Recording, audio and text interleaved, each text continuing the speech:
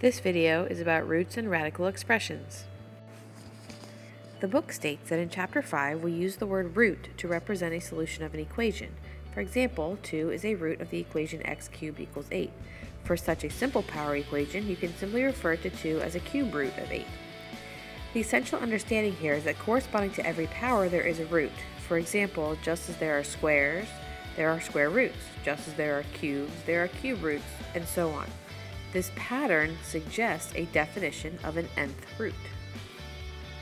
So taking a closer look at the nth root, if a to the nth power equals b, and a and b are real numbers here, no imaginaries, and n is a positive integer, so only positive exponents here, then a is the nth root of b. A is the nth root of b.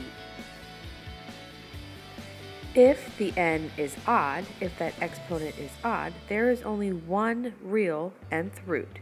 We write that as the nth root of b. If n is even, there are two cases.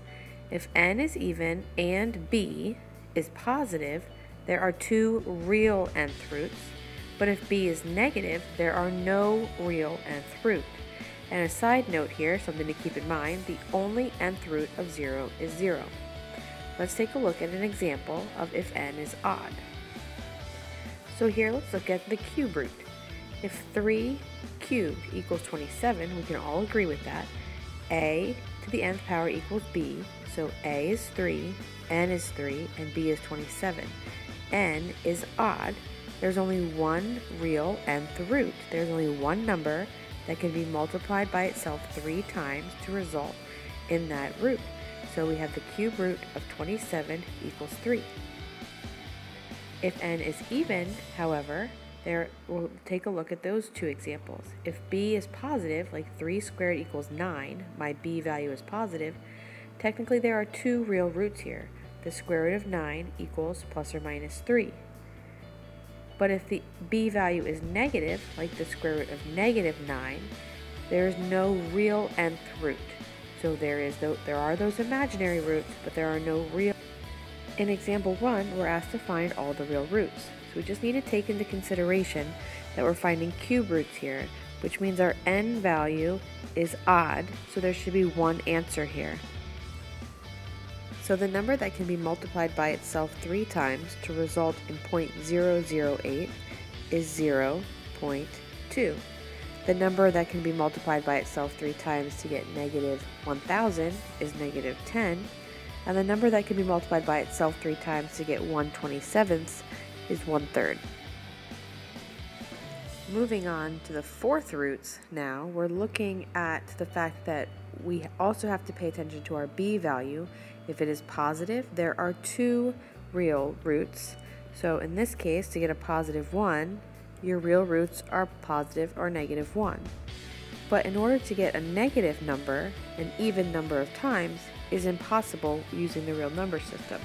So in this one, there are just simply no real roots.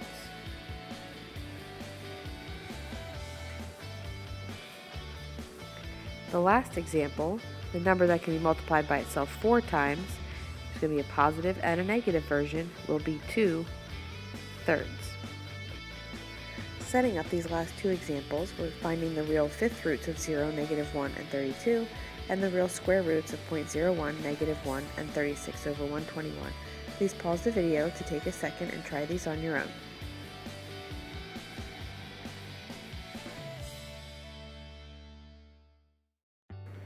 Now that you've taken a second to try these on your own, so let's compare our answers here. Remember that when our root is odd, there is one answer, but when it is even, and the a value there is positive, there are two, so we want to make sure we get that plus or minus in there. But if the b value is negative, then there's just no real roots for that. So that just goes back to show there's no real solutions, there's no real roots. It doesn't mean that we can't solve this when we're relating it graphically and everything we've been doing previous chapters. Just for this, this information, there's just no real roots.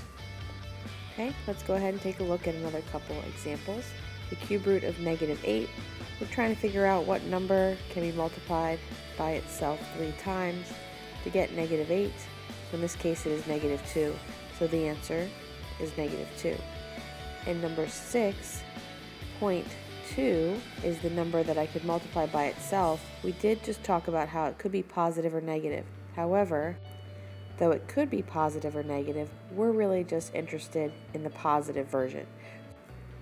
The fourth root of negative 1 is no real root because we can't have an even root for a negative number.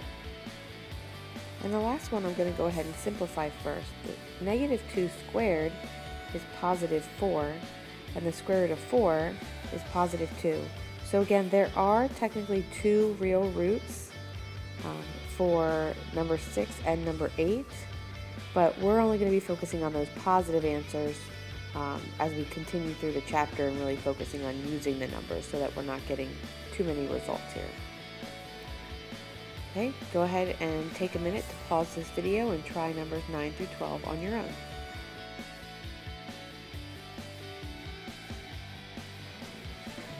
Now go ahead and take a second to check your answers, and then I want to talk a little bit about number 11 and why this answer is not negative 7.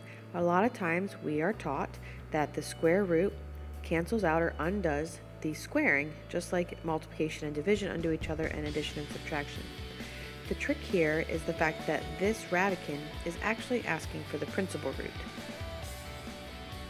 As noted here from my teacher edition section, says, is negative 7 a root? Why or why not?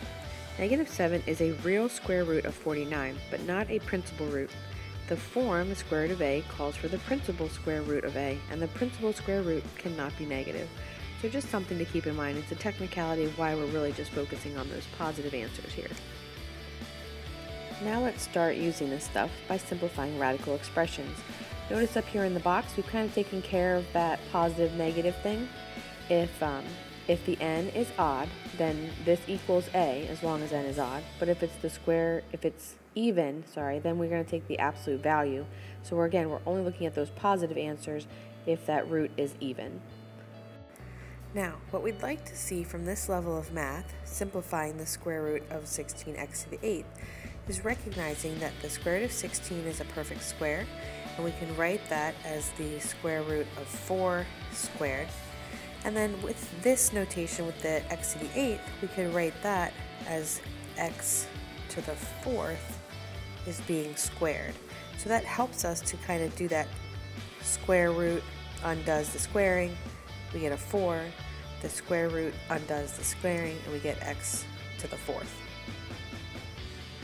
The other way to think about it, it's going to be helpful with our cube roots, is to find our pairs, or in the cube root example, our groups of 3. So a to the 6th could be written out as a 6 times, b to the 9th would be b written out 9 times. And again, this is all under the square root, but I'm looking for these groups of 3, and I'm looking for groups of 3 because it's the cube root. For every group of 3 that I circle, I bring 1 out.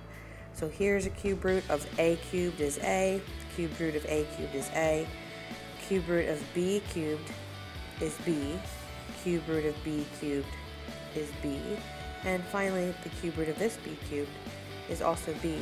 So our final answer is a squared b cubed.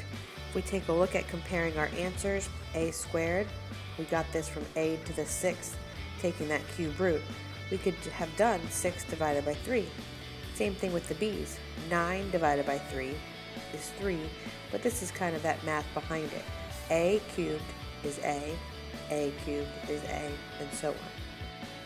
So in taking that last example into consideration, this 4th root of x to the 8th, y to the 12th, I'm simply going to do x to the 8 divided by 4, y to the 12 divided by 4 to get my final answer of x squared y cubed. With number 16, I can do the same thing.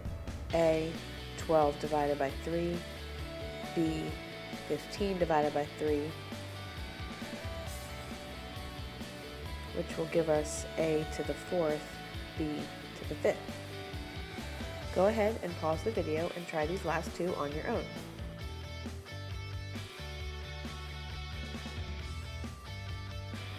Hopefully you got 9x squared and x cubed y to the 4th. Okay, what I'd like you to do now is try some problems on your own. These 8 problems are coming from your textbook. Please complete them on notebook paper and submit them into Canvas in these video notes assignments so I can give you credit for watching the video and completing this work. Thank you.